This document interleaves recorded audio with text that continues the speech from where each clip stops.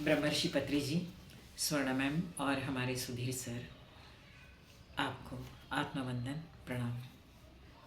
रायपुर से हमारे जयंत सर, जिन्होंने भगवद गीता, जो ब्रह्मर्षि पत्री जी की भगवद गीता है, जो तेलुगु में है, उसको हिंदी में अनुवाद करने के कारण हम इस गीता की सेवा कर पा रहे हैं। धन्यवाद सर, आत्मवंदन। My dear friends and masters, हम तीसरे अध्याय में हैं भगवद गीता के। ऑलरेडी दूसरा अध्याय हमारा पूरा हो चुका है। तीसरा अध्याय कर्मयोग, जिसमें हमने यज्ञ कर्म देखा। यज्ञ कर्म करने के बाद अभी कृष्ण बता रहे हैं कि कैसे यज्ञ कर्म से परमात्मा तक पहुंच सकते हैं, मगर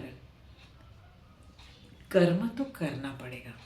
अर्जुन को कर्म करने के लिए वो युद्ध से भागने की कोशिश में है।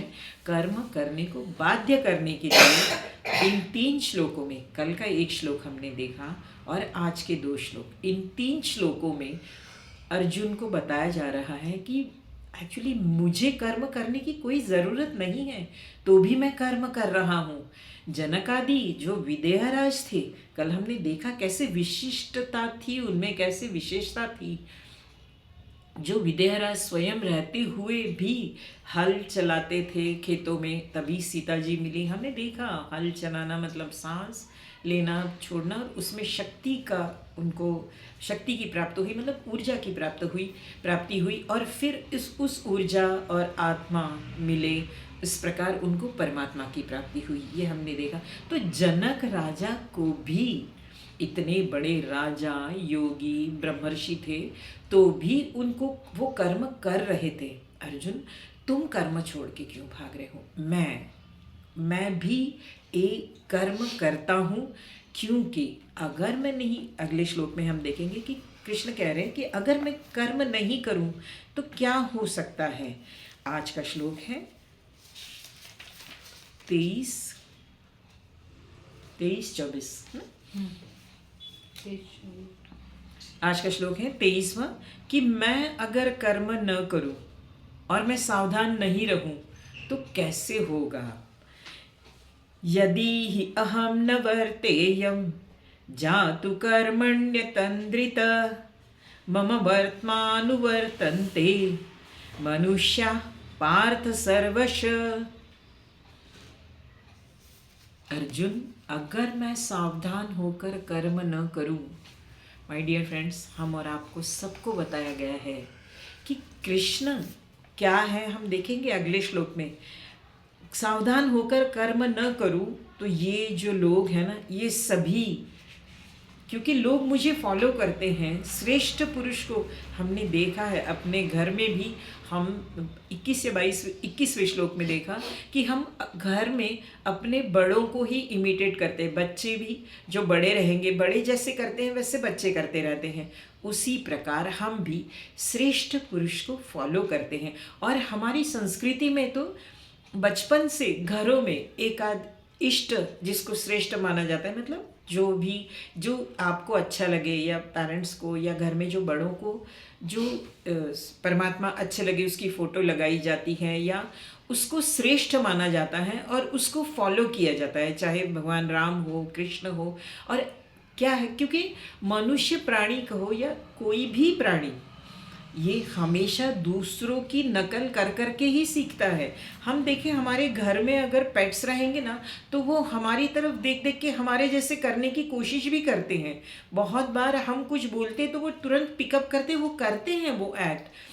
मनुष्य तो बुद्धिमान प्राणी है, वो तो करेगा ही इमिटेट। तो इसीलिए अगर हम किसी श्रेष्ठ को उसको इमिटेट करने के लिए नहीं कहेंगे तो वो क्या करेगा, किसी हीरो हीरोइन को अपना श्रेष्ठ बनाएगा, क्योंकि इमिटेट करना ये उसका नेचर है। पहले के ज़माने में कई लोगों के घर में बड़े बड़े हीरोइन के फ़ोटो लगे रहते थे, हीरोज़ को उनको श्रेष्ठ माना जाता था। ये मेरा सबसे, मैं उसका फ़ैन हूँ, बहुत इससे बोला जाता था, अभिमान से। माय डियर फ्रेंड्स, किसी उन्नत चैतन्य को अपना श्रेष्ठ बनाओ। हम भी पत्री जी को, स्वर्ण मैम को, उन्नत चेतनाएं हैं ये, जिनको हम श्रेष्ठ मानते हैं और उनको हम फॉलो करने की कोशिश करते हैं। हम कर पाते हैं या नहीं कितना नहीं पता, मगर कोशिश जारी रहती है, क्योंकि हम जानते हैं कि इन्होंने आत्म तत्व परमात्मा तत्व को पाया है, जिसके कारण ये अखंड आनंद में है। हम और आप भी ये अखंड आनंद चाहते हैं, इसलिए हम इनके पीछे रहे। अब ये गुरु कहो या ये श्रेष्ठ व्यक्ति कैसा होना चाहिए, यदि ही अहम न वर्तेयम जातु कर्मण्य तंद्रिता, ये व्यक्ति हमेशा सावधान होना चाहिए। माय डियर फ्रेंड्स, हमेशा जागरूक होना चाहिए। कुछ ऐसा मेरे भी जीवन में ऐसे हुआ। मैं मैम से कुछ बात कर रही थी, हैदराबाद में थी उस समय, हस्बैंड की तबीयत काफ़ी क्रिटिकल कंडीशन में थी। तब वो मुझे एक दो बार उन्होंने मैसेज किया। वो मैसेज मुझे बहुत जागरूक किया उन्होंने। Ma'am, you are a spiritual soul. That means हमारे विचार कैसे होने चाहिए, एक आध्यात्मिक व्यक्ति जैसे विचार होने चाहिए। हम एक व्यवहारिक व्यक्ति जैसे विचार न करें, हम भाषा न बोले। ये दो शब्दों का मैसेज है ना, एकाध उन्नत आत्मा से हमको अगर आया है तो वो हमारी बहुत प्रगति करता है, अगर हम उसको सीरियसली ले तो। नहीं तो बाकी मैसेजेस जैसे हम पढ़ें और उसको छोड़ दे तो माय डियर फ्रेंड्स फिर कभी हमारी उन्नति हो ही नहीं सकती। इसीलिए वो लोग जो बोलते हैं उनके हर शब्द ध्यान से सुनेंगे और उसको फॉलो करने की कोशिश करेंगे, जिसमें हमारी, क्योंकि हर इसमें हमारी उन्नति के लिए ही वो बोलते रहते हैं। तो वो हमें जागरूक रहने के लिए बोलते हैं कि अवेयर रहिए। गुरु कैसे होना चाहिए, पत्री जी ने बहुत अच्छा ये दिया है कि श्रेष्ठ व्यक्ति मतलब गुरु कैसा होना चाहिए कि वो हमेशा जागरूक रहना चाहिए, वो हमेशा ज्ञानी अवस्था में रहना चाहिए। बहुत बार अभी भगवत गीता के ऑडियोज लोग भेज रहे हैं, उनको लगता है कि मैडम गलती निकालती से अगर, अरे बाबा, अगर गलती नहीं निकाली गई ना तो आप रॉन्ग वे में लाइफ लॉन्ग पढ़ते रहोगे।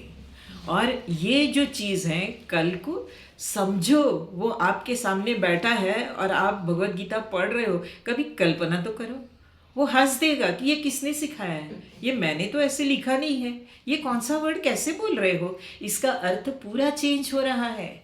इसीलिए बताया जाता है कि सही मुझे बिल्कुल आपको डाउन करना नहीं है, मैं तो चाहती हूँ आप उल्टा, मैं तो बहुत बार लोगों को बोलती हूँ कि अरे आप बेस्ट मास्टर बन जाओ ताकि आप लोगों को गाइड कर पाए। हर चीज़ मुझे करने की ज़रूरत नहीं है, आप भी करो, क्योंकि हर एक व्यक्ति में कुछ ना कुछ कुशलता रहती है। हम अभी डीपीएस स्कूल में गए थे ध्यान करने के लिए। वो जो प्रिंसिपल थी मैडम ने इतना अच्छा, झुंझानी मैडम ने, उन्होंने इतना अच्छा कहा कि उनको बेस्ट हेडमिस्ट्रेस का अवार्ड मिला। तो वो बोली, मैडम मैं हमेशा यही करती हूँ कि पेरेंट्स मीटिंग जो रहती है ना, उस पीटीए में पेरेंट्स बताते रहते हैं कि मेरी ये हॉबी है, ये है, तो मैं उन पेरेंट्स को बुला के बच्चों को उसका जैसे कोई एक मैडम है जो मूर्ति वगैरह बहुत अच्छे से बनाती है, तो गणेश जी के पहले हमने उनको स्कूल में बुलाया और इको फ्रेंडली गणेश जी कैसे बनाने हैं उनसे बच्चों ने सीखा। कितनी अच्छी चीज़ है। यही हर गुरु में, हर श्रेष्ठ व्यक्ति में रहना चाहिए कि मेरे से जो कुछ सीखना चाहता है ना, उसको इतना परफेक्ट करूं कि कल वो 4 लोगों को सिखाने लायक बन जाए। उसमें ही गलतियां करते रहेगा तो ये कब सिखा पाएंगे। तो इसीलिए बताया जाता है कि ऐसे नहीं, ऐसे पढ़ो। और उसके लिए मुझे भी बहुत जागरूक रहना पड़ता है माय डियर फ्रेंड्स। ऐसे नहीं है कि मैं गलतियाँ और जो श्रेष्ठ है ना उसको अति उत्तम बनाना एक जागरूक इंसान का काम रहता है कि वो बन सकता है। जो थोड़ा सा कम लेवल पे हैं वो उसको श्रेष्ठता तक लाएंगे, मगर जो ऑलरेडी श्रेष्ठ है ना वो अति उत्तम बन सकता है, वो गुरु के पद तक जा सकता है, उससे और 10 लोगों का कल्याण हो सकता है। ये मन में रहता है कि ठीक है, मेरे साथ तो जो कुछ 10, 15, 20 जुड़े हैं, मगर ये भी अगर तैयार हो जाएंगे ना तो इनका एक अपना ग्रुप है, उसमें ये खुद 10 लोगों को और तैयार करेंगे। माय डियर फ्रेंड्स, कितना अच्छा लगेगा। आप सोचिए, आपका ही जीवन अच्छा होगा ना इससे। यही एक सावधान व्यक्ति की चाहत रहती है कि इसीलिए अर्जुन को भी कहा गया है कि तू युद्ध कर। तो अगर युद्ध से भाग जाएगा तो लोग तुमको पलायनवादी कहेंगे और तुम श्रेष्ठ हो। हमारी घड़ी अगर गलत टाइम बता रही है ना, तो हम अगर ट्रेन पकड़ने जा रहे हैं, एयरपोर्ट पे जा रहे हैं, तो हमको देर होगी, मगर अगर आईफोन का सर्वर ही गलत टाइम बता रहा है, या तो घड़ी चौक की चौकड्डे की घड़ी ही गलत टाइम बता रही है, तो उस घड़ी को देख के कितने लोगों का फ्लाइट का टाइम या ट्रेन का टाइम चूक सकता है, कितने लोगों की गाड़ी मिस हो सकती है। माय डियर फ्रेंड्स, सोचो। इसीलिए श्रेष्ठ जो रहता है ना, उसको पर्टिकुलर रहना ही पड़ता है, उसको सावधान रहना ही पड़ता है। फॉर एग्जाम्पल, हम अगर रोड से चल रहे हैं, गिरेंगे, हमको थोड़ा सा लगेगा, मगर हम चढ़ रहे हैं और हम गिरे, हम किसी इसमें अपने श्रेष्ठतम, हमारे में कोई श्रेष्ठता है, उससे हम लोगों को कुछ सिखा रहे हैं, उसमें अगर हम गलती करें ना, तो ऊपर से नीचे आ सकते हैं, पतन हो सकता है। आप पहाड़ी पे चढ़ रहे, पैर फिसल गया तो बहुत कुछ हो सकता है, जान भी जा सकती है। मगर आप रोड पे चल रहे हो, पैर फिसल गए, थोड़ा सा लगेगा। वैसे ही जो श्रेष्ठतम है ना, उसको हमेशा सावधान रहना ही पड़ता है, क्योंकि वो गलती करे तो बड़ी मुश्किल में वो तो आएगा, उसके साथ साथ जितने लोग जुड़े हैं सब आते जाएंगे। इसीलिए श्रेष्ठ व्यक्ति को पत्री जी बोलते हैं हमेशा सावधान रहना चाहिए, जागरूक रहना ही चाहिए। इसीलिए कृष्ण कह रहे हैं कि यदि ही अहम न वर्तेयम जातु कर्मण्य तंद्रित, तंद्रित मतलब सावधानी से, मम वर्तमानुवर्तन्ते, मेरे जैसे ही, मनुष्य पार्थ सर्वश, पार्थ बहुत सारे लोग मेरा अनुकरण करेंगे। यूजुअली समाज में 5% बहुत अच्छे लोग रहते हैं, वो अच्छे थे, वो अच्छे हैं, वो अच्छे रहेंगे। उनको लोग आलोचना करे, कुछ भी करे, वो अच्छे ही रहते हैं। और 5% लोग ऐसे रहते कि उनकी सुधरने की कोई गुंजाइश नहीं, छोड़ दे यार, ऐसे ही रहते हैं। तो वो जो 5% लोग हैं अच्छे, और ये 5% तो बीच में बचे 90%, ये 90% जो है ना, वो फॉलोअर्स रहते हैं। या तो अच्छे वाले 5% को फॉलो करेंगे, या तो बुरे वाले 5% को फॉलो करेंगे, वो इधर उधर करते। तो हमको करना क्या है, वो जो अच्छे 5% है ना, उनकी स्ट्रेंथ बढ़ानी है। तो हम हमेशा जितना हो सके, जो अच्छे हैं, अच्छे मतलब क्या, शास्त्रानुसार जिनका वर्तन है, शास्त्र के साथ जो जुड़े हैं, मेडिटेशन के साथ जो जुड़े हैं, सत्संग कर रहे हैं, सत्संग करा रहे हैं, ऐसे जो लोग हैं उनके साथ हमेशा जुड़े रहना चाहिए। एक छोटी सी कहानी बता के ये श्लोक हम ये करेंगे।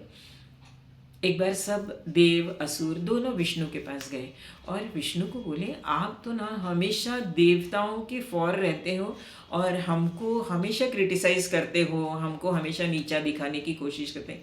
विष्णु हंस दिए, बोले ऐसा नहीं है, ये आपकी मानसिकता है। चलो चलो बैठते हैं अपन, एक काम करते हैं। तो बोले क्या करना है, तो उतने में भोजन आ जाता है, तो चलो सब बैठ के भोजन करो, मगर भोजन ऐसा करना चाहिए कि आपकी कोहनी टेढ़ी नहीं होनी चाहिए, ऐसा भोजन करना चाहिए। असुर सोची, ऐसे उन्होंने बहुत प्रयास किया, लड्डू ऐसे मुंह में डालने की कोशिश की, ऊपर गया, मुंह में गया ही नहीं, ऐसे बहुत कुछ असुरों ने प्रयास किया, वो कुछ कर नहीं पाए। आखिर बोले आप हमको खिलाना ही नहीं चाहते, इसीलिए ये आपने कंडीशन रखी है।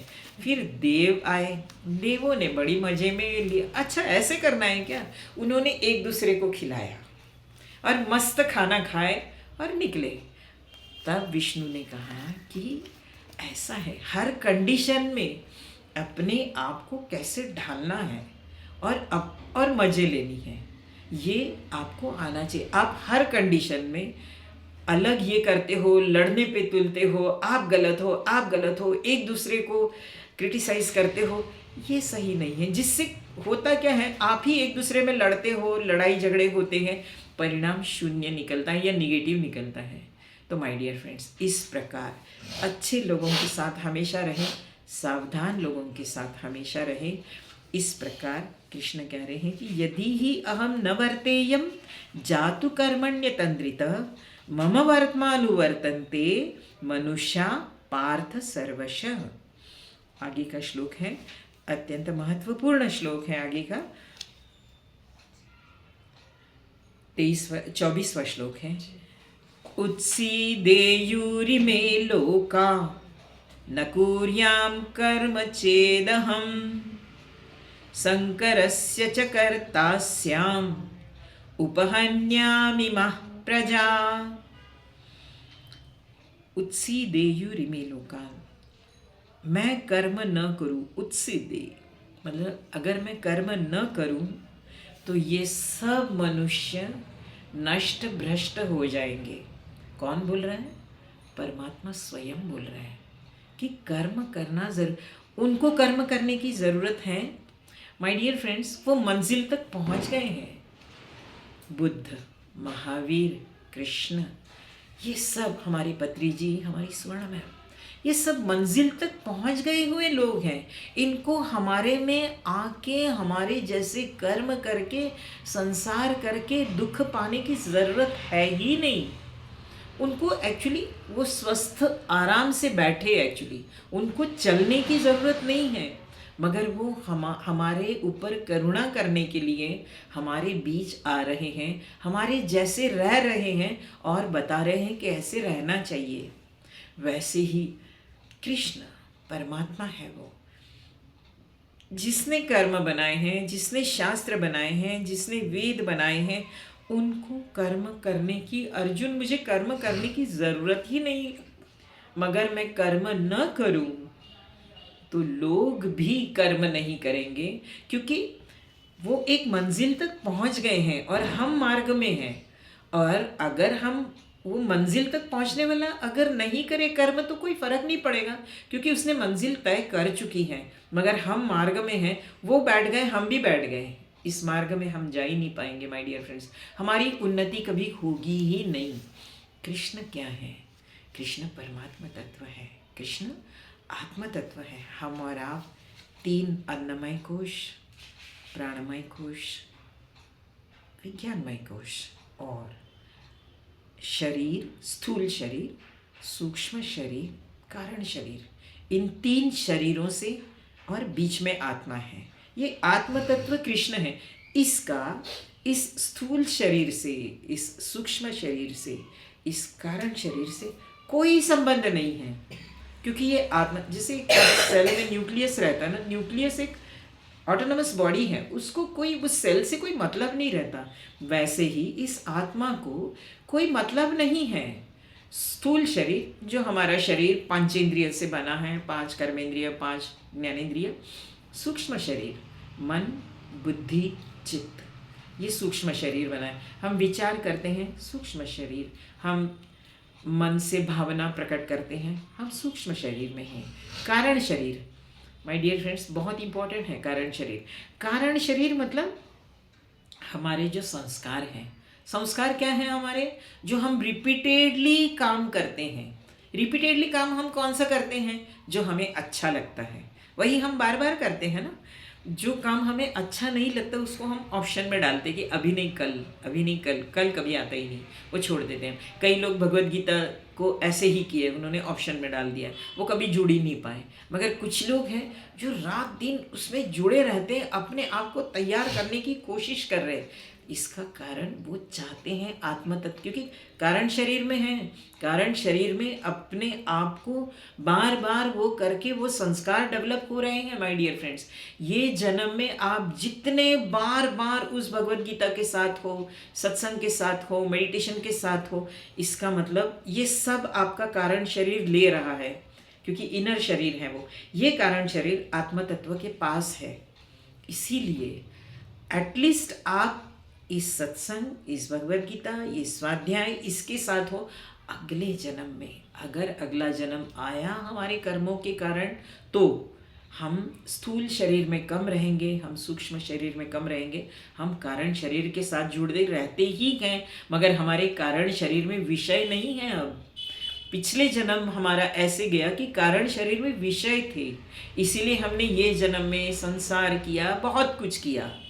मगर अब हम मेडिटेशन में आए हैं, हम गीता का स्वाध्याय कर रहे हैं, तो ये बार बार करने से कारण शरीर में प्रिंट बन जा रहा है, चित्त में आपकी ये बन गया। तो 15वें अध्याय में फिर एक बार कृष्ण कहते हैं, उत्क्रामंतम स्थितम व्यापी भुंजानम वा।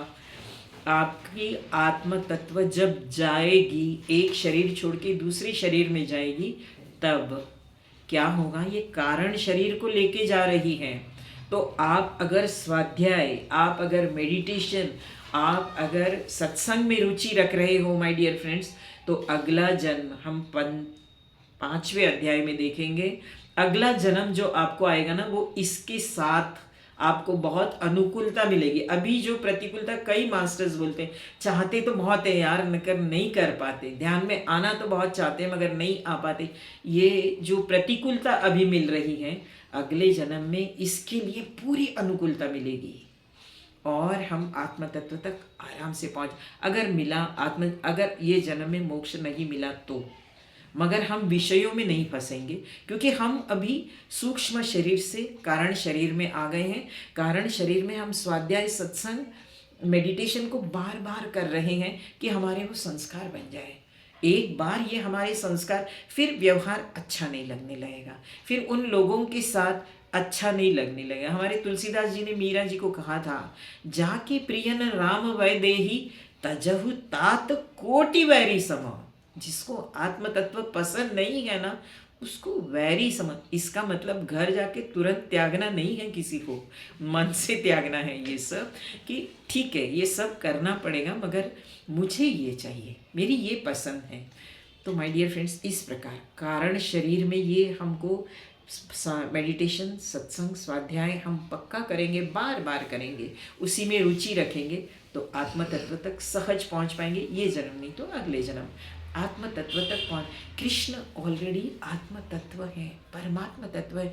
उनको ये कारण शरीर, सूक्ष्म शरीर, स्थूल शरीर से कोई मतलब नहीं है, बट स्टिल तो भी वो कर्म कर रहे हैं। क्योंकि हमको स्थूल शरीर से सूक्ष्म शरीर, सूक्ष्म शरीर से कारण शरीर, हमारे संस्कारों में वो चीज़ लाना चाहते हैं। और एक बार ये चीज़ संस्कार में आई तो हमारे जैसे हम ही हैं। ये कृष्ण तत्व क्या है एक बार देखेंगे। कृष्ण, हम ठीक है उसको साकार रूप में हम देख रहे हैं, क्योंकि हमको आदत हो गई है बचपन से, कुछ तो चीज़ सामने रहे तो हम उसके ऊपर श्रद्धा रखेंगे, विश्वास रखेंगे। वो एक चीज़ों की आदत हो गई, वस्तुओं की, इसीलिए उसको हम साकार रूप में ये कर रहे हैं। मगर धीरे धीरे हमें अपनी उन्नति करनी चाहिए। ठीक है, साकार रूप में आप कुछ कर रहे हो उतना ठीक है, मिनिमम, मगर उसके बाद हम कहीं भी जाए तो वो परमात्मा तत्व है, वो मेरे आत्म तत्व है, ये होना चाहिए। धीरे धीरे उन्नति होनी चाहिए। ये कृष्ण आत्म तत्व कैसा है? कृष्ण का जन्म कहाँ हुआ? जेल में हुआ। कृष्ण का जन्म हमेशा जेल में ही होता है। हमारी मान्यताओं का जेल है माय डियर फ्रेंड्स। मैं ये कर सकता हूँ, मैं ये नहीं कर सकता, मैं यही चाहता हूँ, मैं ये नहीं चाहता। सभी मान्यताओं के जेल में ये आत्म तत्व बैठा है। जहाँ कृष्ण प्रकट हुआ ना, पूरे जेल के लॉक्स खुल गए, मान्यताएं खत्म हो गई, क्योंकि वो परमात्मा तत्व है। मान्यताएं प्रकाश है, वो ज्ञान है, वो परमात्मा तत्व है, उसके पास अंधेरा रहेगा ही नहीं। देवकी के गर्भ से कृष्ण ने जन्म लिया, गर्भ से नहीं कहूँगी मैं, कृष्ण प्रकट हुए। आत्म तत्व प्रकट होता है, वो जन्म नहीं लेता। इसीलिए हम जन्माष्टमी बोलते हो, गलत है। कृष्ण प्राकट्य दिवस है, वो जन्म दिवस नहीं है, क्योंकि जन्म हो ही नहीं सकता, वो परमात्मा है, उसका कैसे जन्म? उसकी मृत्यु भी नहीं है। हाँ, शरीर में आए हैं इसीलिए ठीक है, परमात्मा तत्व। देवकी को ही क्यों चुना उन्होंने? क्योंकि देवकी ये शरीर ऐसा था, उसने ठान ली थी कि मैं इस आत्म तत्व को, इस परमात्मा तत्व को प्रकट करके रहूंगी, भले ही मेरे 7 पुत्रों को कंस ने मार दे तो मार दे, वो दुख भी मैं झेल लूंगी, मगर मुझे परमात्मा तत्व को प्रकट करना है। मुझे माय डियर फ्रेंड्स, ये हमारे लिए बताया गया है कि आत्म तत्व प्रकट में, आत्म तत्व के पास जाना, परमात्मा तत्व को मिलना, आत्मनिष्ठा होना इतना आसान नहीं है। उस तरफ जाते जाते कई प्रॉब्लम्स आएंगे, मगर हमको उसके प्रति दृढ़ता चाहिए, श्रद्धा चाहिए। जैसे देवकी के साथ क्या नहीं हुआ, कंस ने यहाँ तक कि उनको जेल में डाला, उन वासुदेव को डाला, मगर वो डटी रही कि जो हो मुझे उस आत्म तत्व तक जाना है। माय डियर फ्रेंड्स, थोड़ा सा हमारे मन मुताबिक नहीं हुआ ना, हम छोड़ के भागते हैं। वैसे नहीं है। ये हमको सिखाया जा रहा है कि आत्म तत्व को प्रकट करना है ना, सब कुछ जीवन में झेलना पड़ेगा। ये सब आते रहेंगे और फिर एक बार पहुंचने से इस मार्ग में भी जाते जाते पत्री जी ने इतना अच्छा हमें ये दिया है कि साक्षी भाव से देखो, फिर क्या दुख होगा? कोई दुख नहीं होगा। सुख दुखे समय कृत्वा, अपने आप हो जाएगा। तो इस कृष्ण तत्व को देवकी ने प्रकट किया क्योंकि वो बिल्कुल डटी थी कि मुझे, और क्यों हुआ? कंस की बहन थी। कंस कौन है? कोहंस, कहंस। जो हंस मतलब विवेक। ये विवेक क्या है? ये अच्छे विचार क्या है? फालतू हो तुम लोग, ये सब नहीं रहता ऐसे। मैं जो बोल रहा हूँ वही सही है। उसने उसको राखी बांधी देवकी ने। मतलब अपना रिलेटिव कौन है? जिसको विवेक का पता ही नहीं है जीवन में, जो अच्छा बुरा बिल्कुल ही नहीं जानता है, ऐसे को अगर हम रिलेटिव बनाएंगे, भाई बनाएंगे, तो हम भी मान्यताओं के जेल में फंसे रहेंगे। क्योंकि हर समय वो बोलेगा ये सही नहीं है, तुम जो कर रहे हो वो सही नहीं है। तो इस प्रकार माय डियर फ्रेंड्स, इसीलिए कंस को राखी। कंस जैसे लोगों को अपने रिश्तेदार मत बनाओ।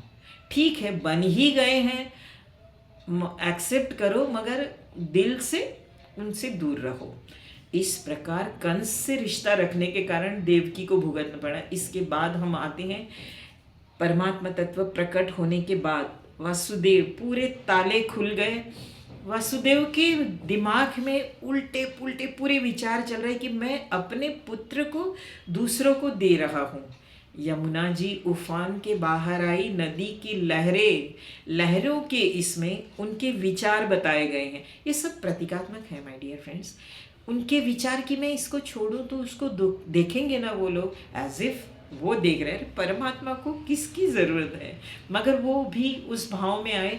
तब कृष्ण ने जस्ट पैर उस जमुना जी को लगाया तो लहरें शांत हो गई।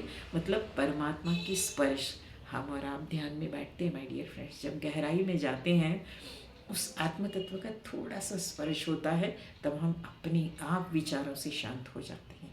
होता है, सभी मेडिटेटर्स ये जानते हैं। भले ही अभी हमारे पास बहुत कम समय के लिए ये हो रहा है, मगर धीरे धीरे ये बढ़ेगा क्योंकि हम अपना मेडिटेशन बढ़ा रहे हैं। ऐसे मैं आशा कर रही हूँ कि आज आप 1 घंटा कर रहे हैं तो कल 1.5 करोगे, फिर कल इन द सेंस 1 वीक या 1 मंथ 1 आवर करो, उसके बाद 1.5 आवर, उसके बाद 2 आवर्स। शुरू करना है, करना ही पड़ेगा, बढ़ाना पड़ेगा। इस प्रकार परमात्मा तत्व को कुछ करने की ज़रूरत है। इतनी कहानियाँ सुनने के बाद आपको समझ में आया रहेगा कि उसको कुछ करने की ज़रूरत ही नहीं है, मगर अर्जुन को कर्म में लगाना है। इसीलिए वो अर्जुन के सारथी बने हैं। अर्जुन एक श्रेष्ठ योद्धा है। अर्जुन की श्रेष्ठता और बढ़ाने के लिए कि तुम श्रेष्ठ हो, अति श्रेष्ठ तुमको बना रहा हूँ, मैं तुम्हारा सारथी बन रहा हूँ। और मैं सारथी बनने के बाद भी अगर तुम युद्ध से पलायन, हम और आपको ये बताया जा रहा है कि जीवन में जो युद्ध, अच्छे विचार, बुरे विचार, आसुरी प्रवृत्ति, देव प्रवृत्ति, ये सब चलते रहेंगे, मगर हमको हमेशा सत प्रवृत्ति, देव प्रवृत्ति के साथ रहना है। और कितनी भी कष्ट आए, हमको उसके साथ डटे रहना है। डटे रहते समय उन्नत आत्माओं का हाथ पकड़ना है और उस परमात्मा का हाथ पकड़ना है। मन तो इधर उधर जाता रहेगा, मगर 2 चीज़ें बिल्कुल करना है। जो भी हो, मैं उनसे परामर्श लूँगा जो उन्नत आत्माएं हैं, हमारे साथ जुड़ी हुई हैं, उनसे परामर्श करूँगा। वो जो बोल रहे हैं उस पे ऊपर श्रद्धा। अर्जुन 18वें अध्याय तक श्रद्धा नहीं है अर्जुन की। जब 11वें अध्याय में विश्वरूप दर्शन हुआ, उसके बाद थोड़ी श्रद्धा आने लगी। तो भी कुछ कुछ पूछ ही रहा है। इसके बाद 18वें अध्याय में करीब 20 एक श्लोक पहले अर्जुन बोलता है, 5 श्लोक पहले, नष्टो मोहम स्मृतिर्लब्धा, अभी मेरा मोह नष्ट हुआ है। अर्जुन का मोह नष्ट होने के लिए परमात्मा को स्वयं को उतर के इतनी भगवत गीता गानी पड़ी। माय डियर फ्रेंड्स, हमारे और आपके मोह नष्ट होने के लिए क्या क्या करना पड़ेगा उन आत्माओं को। वो उन्नत आत्माएं हमारे लिए आ रही हैं, मेहनत कर रही हैं, हम भी उनको फॉलो करें। हम मेडिटेशन करें, हम स्वाध्याय करें, हम सत्संग करें, वो जो बोल रहे हैं उस पर श्रद्धा रखें और करें। अभी हमारी स्थिति पूरी अर्जुन जैसी है। व्यामी श्रेणे व वाक्य न, तुम मुझे क्यों फंसा रहे हो? एक बार ज्ञान योग सही बोलते हो, एक बार कर्म योग सही बोलते हो। सही क्या है मुझे बताओ? वो चाहता है युद्ध से भागना, इसलिए हम भी यही करते हैं। हमको हम जो चाहते हैं ना, वो ज्ञानी लोगों से हम बुलवाने की कोशिश करते रहते हैं। अगर वो नहीं बोले तो हम बोलते नहीं फिर ऐसे कैसे, नहीं फिर ऐसे, जब तक वो बोले नहीं नहीं ठीक है तुम जो बोल, हाँ बिल्कुल सही। मैडम माय डियर फ्रेंड्स, ये ना हो। वो जो बोल रहे हैं पॉइंट ब्लैंकली उसको फॉलो करो। और वो बोलते क्या है? मेडिटेशन करो, स्वाध्याय करो, सत्संग करो और अपनी उन्नति करो, आत्म तत्व तक पहुँचो, परमात्मा तत्व तक पहुँचे। और इसीलिए वो हम पर करुणा करने के लिए स्वयं कर्म कर रहे हैं। वैसे उनको कर्म करने की ज़रूरत ही नहीं है। यही इन दोनों श्लोक का मतलब है। माय डियर मास्टर्स, आज बस इतना ही। आप सभी के कारण मुझे भगवद गीता का सेवा करने का मौका मिला। आप सभी सैटरडे संडे हैं उस दिन श्लोक डालेंगे और शायद मंडे ट्यूसडे फिर छुट्टी रहेगी भगवद गीता की, मगर आप श्लोक डालते रहिए। तीसरे अध्याय के जो हमने श्लोक किए हैं वो डालते रहिए, दूसरे अध्याय के मगर रोज माय डियर फ्रेंड्स जो कर सकते हैं वो कम से कम भगवद गीता के 5 श्लोक, कम से कम 5 श्लोक डालिए। और जो ज़्यादा कर सकते हैं वो हमारे महाजन सर जैसे जो हैं मास्टर्स, वो डाल ही रहे हैं। ही इज़ रियली मतलब बहुत समर्पित हो गए हैं वो भगवद गीता। ऐसे लोग बहुत कम हैं माय डियर फ्रेंड्स, इतने ज़्यादा वो उससे प्रभावित हो गए हैं। वेरी गुड, बहुत अच्छे। हम और आप उनको फॉलो करने की कोशिश ज़रूर करें। बहुत अच्छी चीज़ें, ज़्यादा से ज़्यादा वो गीता के साथ रहना चाहते हैं, क्योंकि उस गीता को अपने संस्कार बनाना चाहते हैं, अपने कारण शरीर में उसको पक्का करना चाहते हैं। तो अगला जन्म मिलेगा तो पक्का गीता के साथ रहेंगे, वो पक्का स्वाध्याय के साथ रहेंगे, मेडिटेशन के साथ रहेंगे। मेडिटेशन तो वो रेगुलरली करते हैं। धन्यवाद sir, thank you very much सभी को, थैंक्स अ लॉट।